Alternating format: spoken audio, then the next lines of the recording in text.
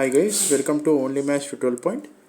Today we are going to discuss of class 10th chapter trigonometry. One more questions.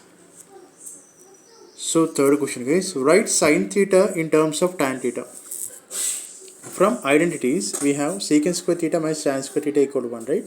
And from first identity sin square theta plus cos square theta equal to 1.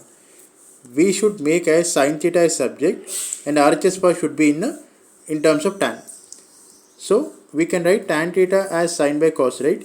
Make sin theta as subject. We get tan theta into cos theta. Making tan theta as it is and converting secant in terms of tan, guys. Okay. So from second identity we have secant square theta equal to 1 plus tan square, right? So make secant theta as subject. We get under root of 1 plus tan square theta. So replace by this. Therefore sin theta equal to tan theta by under root of 1 plus tan square theta. Thank you for watching.